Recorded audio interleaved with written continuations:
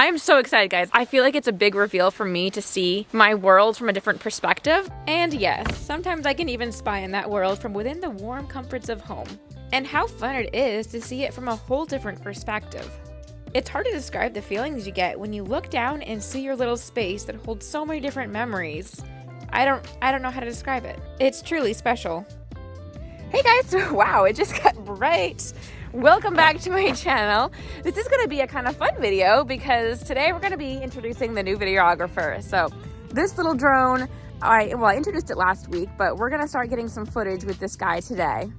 I had an absolute blast trying this drone for the first time. It was pretty beginner friendly, so I was able to use it right away. As someone who films predominantly alone, a big part of why I got this drone was because of its follow me mode. Who are you following? It's essentially going to be a personal assistant of mine to help with the videos. I should probably think of a name for it. Although it was beginner friendly, I did fall into some trouble because I simply didn't read instructions. Right, my drone is stuck in the air. It was just after sunset and I lost all control of the drone. It says the area is unsuitable to land. I think it got too dark. It was unresponsive to the controls and just kept going up, but I knew the battery was about to die. Come down. Here it is. Oh dear. Please be okay.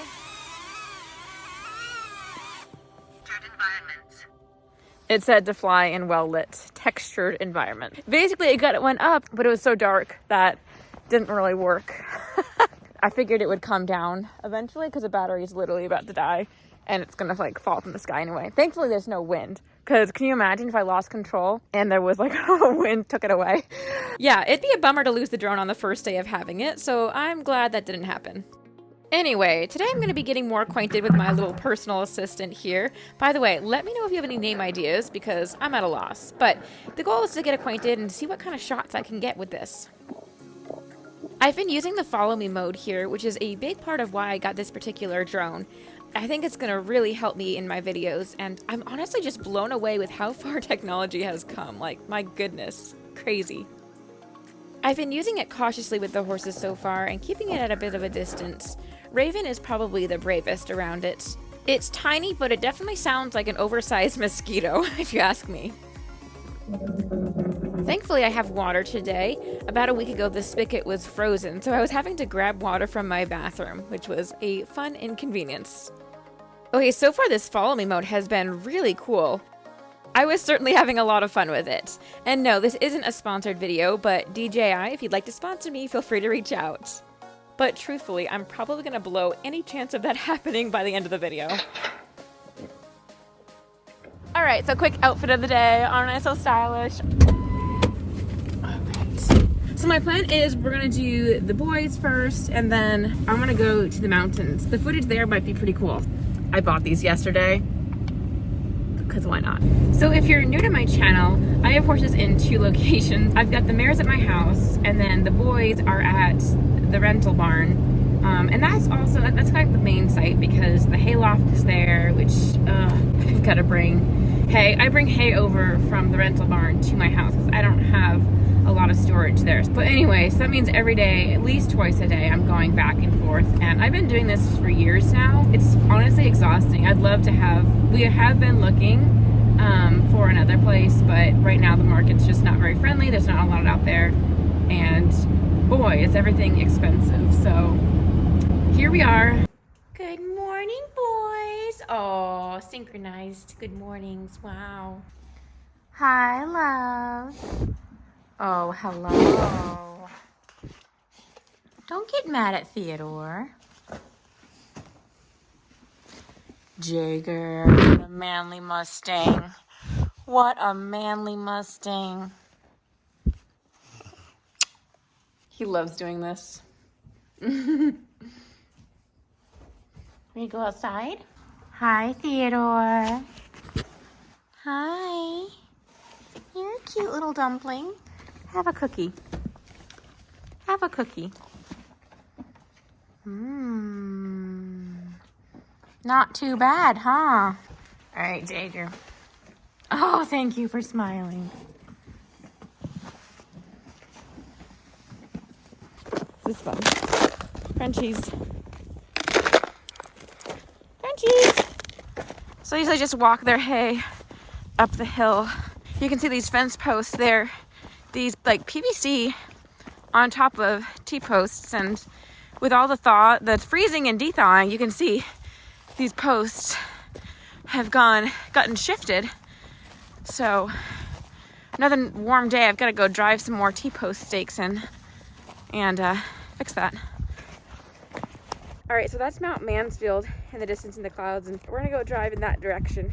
Mount Mansfield is the tallest mountain in Vermont. Oh gosh, I wanna say 4,600 feet. I'm gonna look it up right now.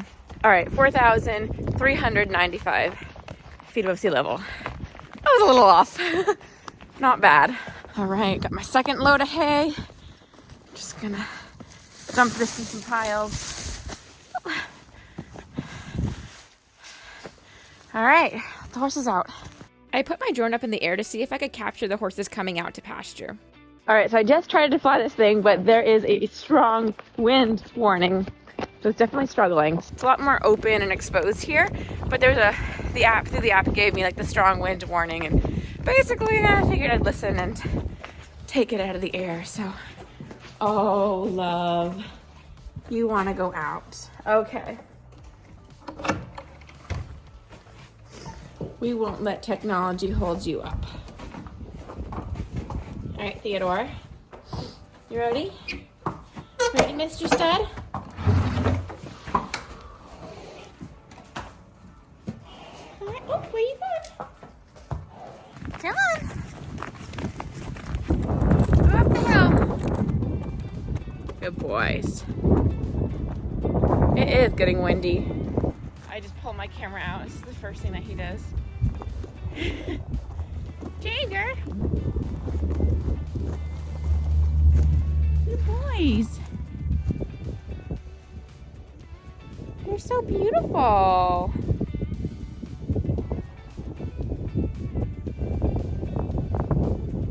Theodore.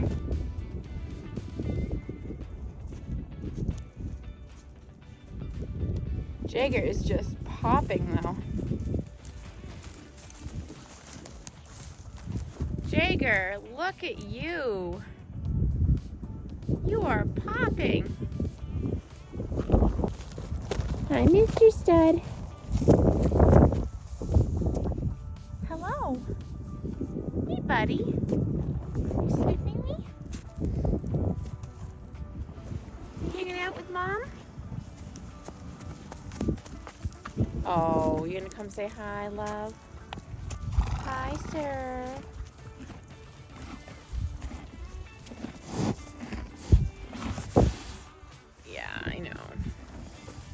You're so sweet. You're so sweet.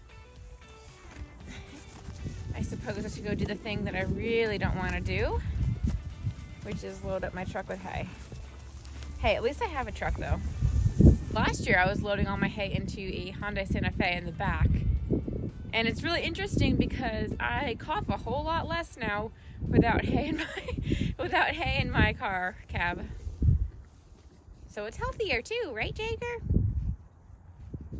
Having a truck is healthy. All right, so this is the hay loft, and what's left of my hay for winter goes all the way to that back wall. Anyway, grab some hay.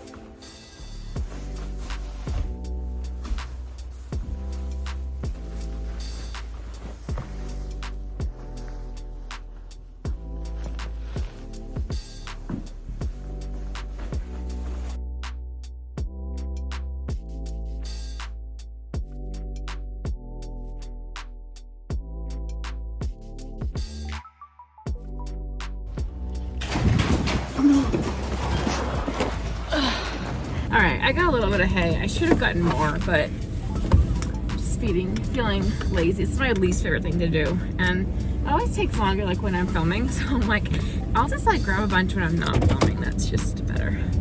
Anyway, we're gonna go drive to the mountains. I did check the wind speeds, and it does look like it's a little less windy there.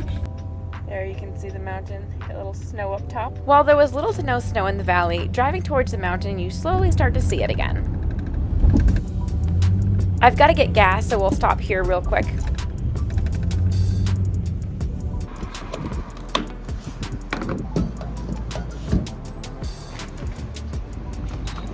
know if this is a Vermont thing or an everywhere thing, but oftentimes you'll see Christmas trees for sale at gas stations.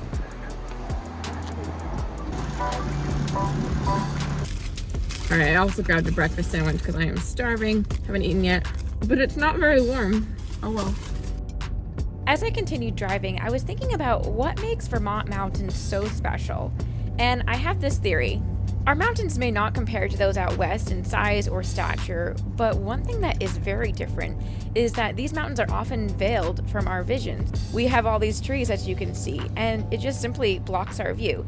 We don't have the huge open skies with mountains standing in the background. But we live for those moments where you're driving along and then all of a sudden a majestic mountain just pops out and into vision, and it just takes your breath away. It never gets old, at least for me. All right, so I got the mountain right behind me. I chose this spot. I knew this had a little bit more protection from wind, so that's why I chose this spot. But even as is, I'm not sure. I don't think it's gonna go very well, but we'll give it a shot. And so up went the little drone. I don't know, but I just really love to see things from a different perspective. In fact, there's a large pond by my house, and I hardly go during the summer when it's actually nice. Instead, when winter comes and everything freezes over, I find myself going a whole lot more because I can walk out on the ice, and I just love to see things from a different viewpoint. It's just really exciting for me. This was the highest this drone will go, but man, I wish I could go higher. I guess for now this does satisfy the little itch that I have to go places that I can't get to and see things that I wouldn't normally be able to see. Again, it was pretty windy, so I was getting wind warnings and figured I wouldn't risk it, so I brought the drone down, and now I want to try using the follow me mode through the woods. Apparently this drone has some ability to navigate around obstacles like trees, so I want to test that out. I discovered this spot in the fall, so I knew it would be a good place to take the drone to, and it's also a winter wonderland right now.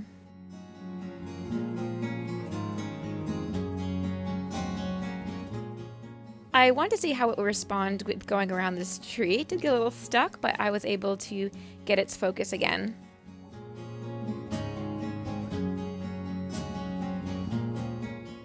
We'll try squeezing between these trees right here, and maybe we'll pick up the pace too.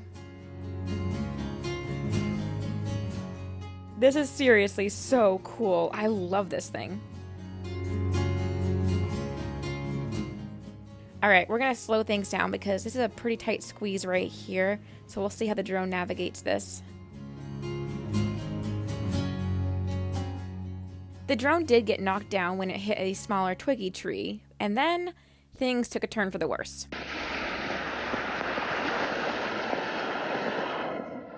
Wait. While on follow mode, the drone flew right over my head, and then it started going up, over the river. I tried to regain control. It responded to my request to land, but I wasn't able to manually control it either, and it was coming down straight over the river. This was starting to feel like deja vu with the first day that I was using my drone. Now I'm wondering if the river is going to take my drone away. Then it decides to go up, and at this point I'm able to manually control it again. So I turned around and decided I want to try to drive it forward so it's no longer over the water. But then I started getting into this weird fight with it where sometimes it would listen to me and other times it wouldn't. So now I'm kind of wondering, is this the last time I'm going to use this thing? And if it falls into the river, how quickly is it going to be washed away? Do I need to wade in, get hypothermia, that kind of thing? Oh man, the thoughts flying through my head. Despite me trying to bring it down, it repeatedly just starts going up on its own again. At this point, I know the battery is getting very low. Soon it would be coming down. Stop.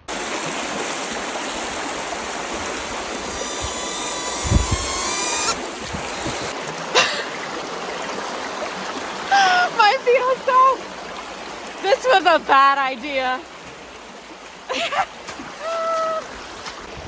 Very bad idea.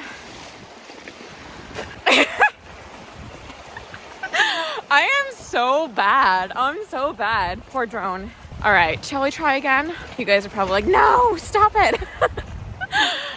So it seems to hit a point where it just doesn't really, it gets disoriented. It's weird. Similar to when I lost control of it the first time. Yeah, it just wasn't responding. And then I went to manual controls and it started to respond, but then it took it away from me. Who knows, but Here we go. All right, follow me. All right, this time we'll proceed a little bit more cautiously, but I confess, I did not really read the instructions. This is a pretty beginner-friendly drone, so it's easy to just figure out, and so I've been just figuring it out as I go, and maybe there's some things I haven't figured out yet, so I should probably maybe do a little reading. It was definitely weird, though, when I was fighting for control of it, where it would listen to me for a second and then go back to its own ideas. Apparently doesn't trust me. I seriously thought I was going to lose it today. Like, for real, I thought I would not be going home with the drone. I would have been so disappointed. I really like this drone, so I really want this to work out. All right, so I have my drone. Everybody's safe. I think we're going to go home. That was an adventure. Okay, so yeah, that was an adventure. My feet are soaked. It's great. And I should probably get back. It's really cloudy and I would really rather it not snow on my hay that I have to go unload. So we're gonna head on back. But that was, we'll call that a success, right? I had fun anyway. Okay, so this drone, this is a low-end drone by DJI, but I think for the price and what it gives, like I think this is a really good drone. And I also think that for the purposes that I actually like intended it for, it's actually it's going to be a really good fit for me. Is it going to be the best at getting artsy shots up in the mountains? No. Is it great for a bunch of other things like high risk, like, you know, let's get into all these little things? No. For the purposes that I need it for, it's great. And I also want to say that this drone, I've gotten a lot of people like ask like, oh yeah, you know, like use it to like follow you as you ride. And I'm like, no, I don't think that's a great purpose for it because, you know, this could potentially really stress a horse out. And I'm being very cautious, you know, approaching mine with it. Raven is probably the most chill. There's the river.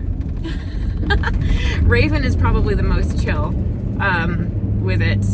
But I think the purpose I got it is mostly to follow me and to use it to get some other imagery and more dynamic footage for my videos. But it's not so much for the horses as it is for like to follow me and create different perspectives and, you know, all the things. But cheers to a mostly successful trip. Here's the big tree farm. Look at all them trees. Leaving the mountains and the snow quickly disappears, and now it's back to my normal life. And this is truly the intention that I had for my drone, filming my normal life. With the help of this wonderful little tool, I hope to bring novelty, fun, and a new perspective to my day-to-day life, which happens to involve a lot of this. Moving hay from my rental barn to my house and doing all kinds of chores. Over the past year, I've done a lot of work to this property, slowly developing it and turning it into a horse property as much as I can. And that's going to continue to be a priority for me in the upcoming year. This year, I realized that my own space is the most dependable place. It's been really hard having my horses in multiple locations over this year because my attention has been so divided. I dream of the day I have one property big enough for the horses and all I have to do is focus on that one space. But realistically, in this market, that might yet still be a while. So it's important for me to continue to do the things that will make my life a little bit easier, including developing out the property that I do have and finding tools that make my life just a little bit easier. That pile of gravel you see here, that's meant to be one of the things to help make my life a little bit easier. I'm currently waiting on a tractor to be able to spread it in the round pen though. The Amish shed you saw delivered this summer, that's another thing that's been really helpful. Because of that space, I'm able to use that second shed as a feed room and store my hay. And finally, I see this drone as an incredibly helpful tool for me. It's like having a very convenient extra set of hands. And I really hope this drone will work out for me in the long run, so I don't want to break it or lose it, and I'm going to try to be a little bit more careful and not put it in as many risky situations. Although I'll admit, secretly, deep down, I do have the desire to have a drone someday that I can go that extra height with, and I can explore the unreachable places. Maybe after I magically make a bunch of money and get my own farm, maybe I'll have a little left over and then I can get that kind of drone. My poor wet feet. These boots have had better days. All right, time to warm up.